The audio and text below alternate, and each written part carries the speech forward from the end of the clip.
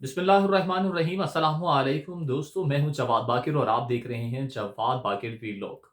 इमरान खान के छठे बेड़े मीनार पाकिस्तान के जलसे को नाकाम बनाने के लिए पूरे लाहौर को, जो कि पंजाब का सूबाई दारुल हुकूमत है, सील कर दिया जाता है।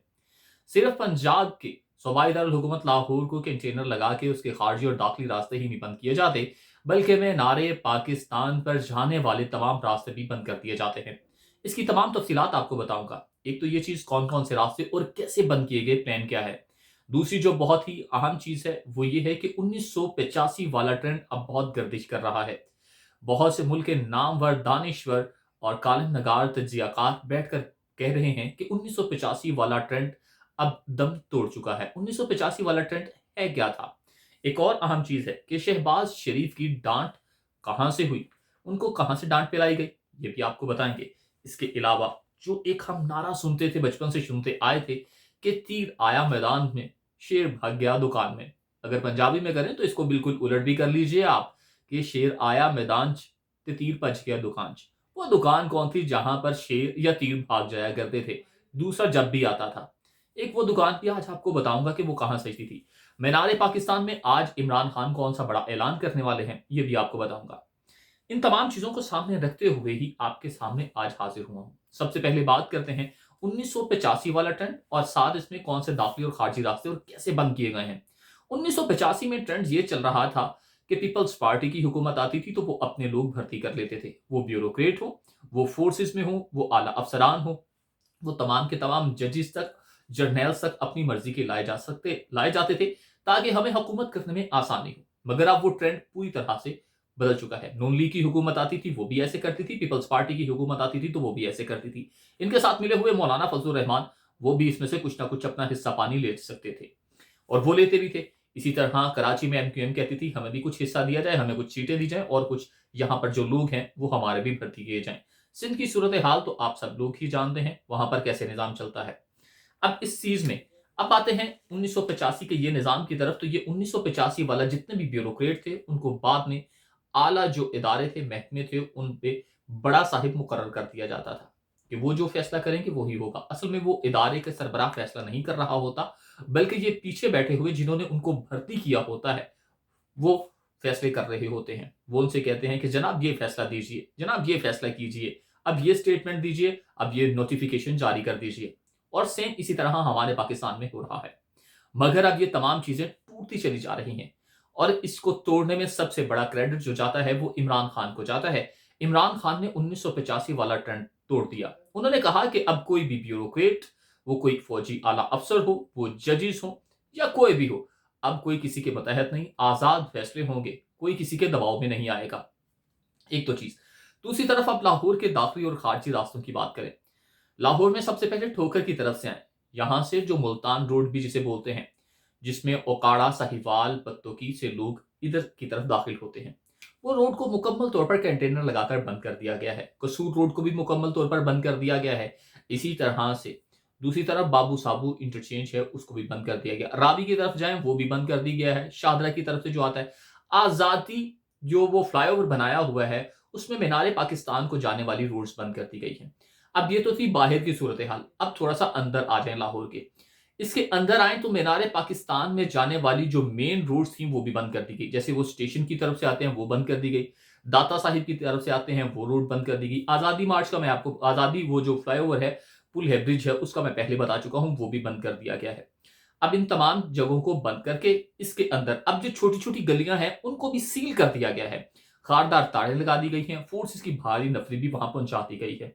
सिर्फ यहां पर नहीं रुके कि किसी भी तरह खान साहिब को यह दिखाया जाए, जो कह रहे थे, ट्वीट कर रहे थे कि आज मुझे लगता है कि सबसे बड़ा जलसा मैं कर पाऊंगा, एक नया रिकॉर्ड कायम कर पाऊंगा। सिर्फ सिर्फ कि अवाम वहां तक ना पहुंचे। अगर अवाम नहीं पहुंचेगी तो खान साहिब को कहेंगे खाली कुर्सियां दिखा दी जाएंगी, खाली प्लॉट दिखा दिया जाएगा, खाली ग्राउंड दिखा दिया जाएगा कि खान साहिब आपको तो कोई सुन नहीं सकता।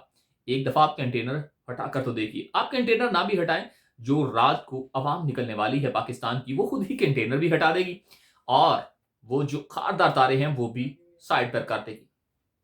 अगर आप इस तरह की काम करेंगे तो अफरा तफरी फैलाने वाला माहौल आप खुद बना रहे हैं, जिससे कारकुनान का एक सैलाब आएगा, एक बहुत बड़ा समुद्र आएगा।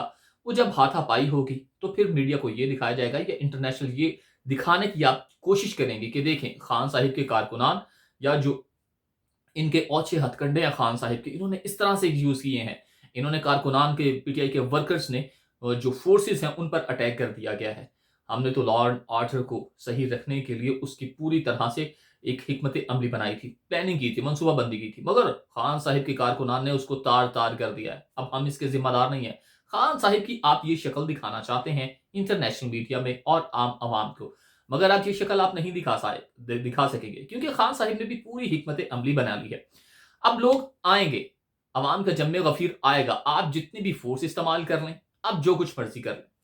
अब एक और चीज है जिसमें आपको मैंने बताया था कि 1985 वाला ट्रेंड और किस किस तरह से बंद किया गया। शहबाज शरीफ की डांट डपट हुई है। शहबाज शरीफ साहब की डांट डपट हुई है लंदन से। लंदन से डांट डपट हुई है। बड़े साहिब ने बोला कि तुमको बोला भी था कि हुकूमत ना लो, मैं नहीं चाहता था कि हुकूमत ली जाए, अब देख लो क्या हाल है, किसी से कोई काम नहीं हो रहा। बाजवा से हमारी डील हुई थी कि इसको माइनस कर दिया जाएगा, वो माइनस करने में मुकम्मल नाकाम रहा। उसके बाद यही चीज सौंप कर जनरल रिटायर्ड को हम लेके आए, मगर उसने भी कुछ ना किया और वो भी अब खाली हाथ बैठा है और उसने भी अब ठेंगा दिखा दिया है कि अब कुछ नहीं होने वाला। तमाम हरबे तो इस्तेमाल कर रही हैं। अब आखिरी हल रह गया है जजेस पर दबाव डालने का। जजेस पर दबाव डाला जाएगा कि आप जितना भी फैसला है वो हमारे हक में करें और जो डेट दी जा रही है उसको आगे ले जाएं। अब दोस्तों यहां पर एक चीज आती है, आईन और कानून के मुताबिक देखा जाए तो 90 दिन के अंदर अंदर केयर टेकर जो गवर्नमेंट होती है उसने इलेक्शन करवाने होते, मगर यहां पर 90 दिन के अंदर वो इलेक्शन नहीं करवा पाएंगे। अब आपको एक अंदर की खबर दे दूं, 11 जुलाई को एक दूसरी निगरान हुकूमत आएगी जो कि पाकिस्तान की तारीख में पहली मर्तबा होगी कि एक ही वक्त में दो निगरान हुकूमतें आई। पहली आई, उसका टेन्योर पूरा हो गया, फिर दूसरी आ गई। वो भी इलेक्शन करवा पाएगी या नहीं करवा पाएगी, ये बहुत बड़ा सवालिया निशान है। किसी भी तरह से हालात को लटकाकर यहां पर ले जाना कि इलेक्शन ना हो, आज हो या इलेक्शन कल हो, ये तो बिल्कुल एक लौ है। जैसे कहते हैं लोहे महफूज पर जो फैसला महफूज कर दिया गया, इसी तरह से है। पत्थर पर लकीर है कि खान साहिब ही इलेक्शन जीतेंगे। आप जिस तरह के हथकंडे इस्तेमाल करेंगे उनकी पॉपुलैरिटी मजीद बूम पकड़ती जाएगी। हो हाफिज साहब से भी कुछ नहीं रहा क्योंकि उनसे बड़ी उम्मीद लगाई गई थी, उनके साथ बड़े मुआहदे किए गए थे। बाजवा साहब जाते जाते कर गए थे कि किसी ना किसी तरह से आप ये इलेक्शन रोक लें। अब बाजवा की बाकियात अब भी बाकी हैं। आसिम मुनीर अब भी इस पर कायम है और इसी मिशन को सरअंजाम दे रहे हैं, जिसमें खास तौर पर इंडिया के साथ उन्होंने कहा था कि ताल्लुकात को अच्छा बनाएं। अब जितने भी, अब ये बड़ी अंदर की बात है, जितने भी आप इंडिया के सोशल मीडिया के लोग देखेंगे वो इस वक्त जनरल हाफिज मुनीर साहिब को, आसिम मुनीर साहिब को एक हीरो पेश कर रहे, बाजवा साहिब को एक हीरो पेश कर रहे हैं। अब वो हीरो पेश किया जा रहा है और वो भी जनरल, वो भी इंडिया की तरफ से। आप अंदाजा लगा लें कि हालात किस तरह के थे। वो उनके लिए एक सॉफ्ट इमेज रखता था बाजवा, इसलिए वो उसको सॉफ्ट दिखा रहे हैं। इमरान खान जो कि जमहूरियत पसंद है, उसको वो हार्ड हिटर दिखा रहे हैं, एग्रेसिव दिखा रहे हैं, पाकिस्तान के लिए खतरा करार दे रहे हैं। अगर वो पाकिस्तान के लिए इसको खतरा करार दे रहे हैं तो बाजवा के साथ उनकी दोस्ती कैसी? हालांकि वजीर आजम की वजीर आजम के साथ तो दोस्ती समझ में आती है, मगर जर्नैल के हक में कैसे वो बोल रहे हैं सोशल मीडिया कि जर्नल बड़ा अच्छा है, जर्नल बड़ा अच्छा है, क्योंकि अंदर कुछ वायदे हो चुके हैं। इंडिया के लिए सॉफ्ट इमेज क्रिएट करना, कश्मीर को भूल जाना और इसराइल को कैसे इंगेज करना, ये तमाम चीजें जो तीन आपको मैंने मेजर पॉइंट बताए हैं, सॉफ्ट इमेज वाला, इसराइल को एंगेज करना और कश्मीर इशू को भूल जाना, इन पर मैं एक अलग से एक वीडियो भी बनाऊंगा जो कि बहुत ही इंटरेस्टिंग और मजे की है। अब जो मिशन इम्पॉसिबल है, इसी को करने के लिए हाफिज मुनीर साहिब को लाया गया कि इस मिशन इम्पॉसिबल को आपने मिशन पॉसिबल में कन्वर्ट करना है, जिसके लिए वो तमाम कुवत लगा रहे हैं। अब आते हैं खान साहिब के बड़े ऐलान की तरफ। खान साहिब आज बड़ा ऐलान करने वाले हैं और आज वो जजेस को झंझोड़ेंगे, उनके जमीर को झंझोड़ेंगे कि खुदारा आप ना इनके आगे झुक जाना, ना आप इनके आगे बिक जाना, क्योंकि जजेस पर भी ये कहा जा रहा है कि पूरी तरह से प्रेशर बनाया जा रहा है और ये एस्टेब्लिशमेंट और फौज की तरफ से कहा जा रहा है कि आपने ये फैसला देना है। मगर जजेस अभी तक तो खड़े हैं, स्टैंड हैं। काजी फायज ईसा का मैं पिछले व्लॉग में आपको बता चुका कि वो कौन है। अक्टूबर में मामला इसीलिए ले जाने की कोशिश की जा रही है, मगर यहां पर अब तक के जो जजेस हैं, उम्मीद ये की जा रही है कि एक बड़ा बेंच बनेगा। उस बड़े बेंच में 15 से 16 जजेस होंगे जो कि ये फैसला करेंगे।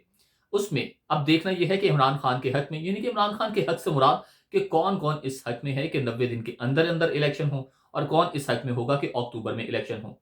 अगर ये चले जाते हैं तो अक्टूबर में काजी फाइज़ आएंगे, फिर तो इलेक्शन मजीद डिले हो सकते हैं, किसी और तरफ भी जा सकता है। मामला कुछ लोग मार्शल लॉ की तरफ धकेलने की कोशिश कर रहे हैं, मगर मुझे जहां तक खबर मिली है, हाफिज मुनीर, वो आसिम मुनीर है, वो इस नहज तक नहीं जाना चाहते। वो कहते हैं कि किसी भी तरह मार्शल लॉ नहीं लगाया जाए। इमरान खान आज जजेस को झंझोड़ेंगे और उन्हें बताएंगे कि किस तरह से आपने फैसले करने हैं।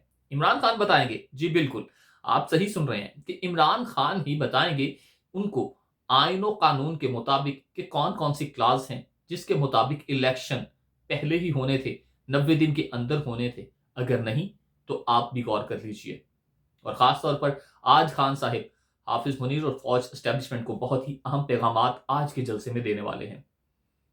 जो भी हालात हों, दुआ यही है कि पाकिस्तान का अल्लाह पाक हामी और नासिर हो। अल्लाह निगहबान।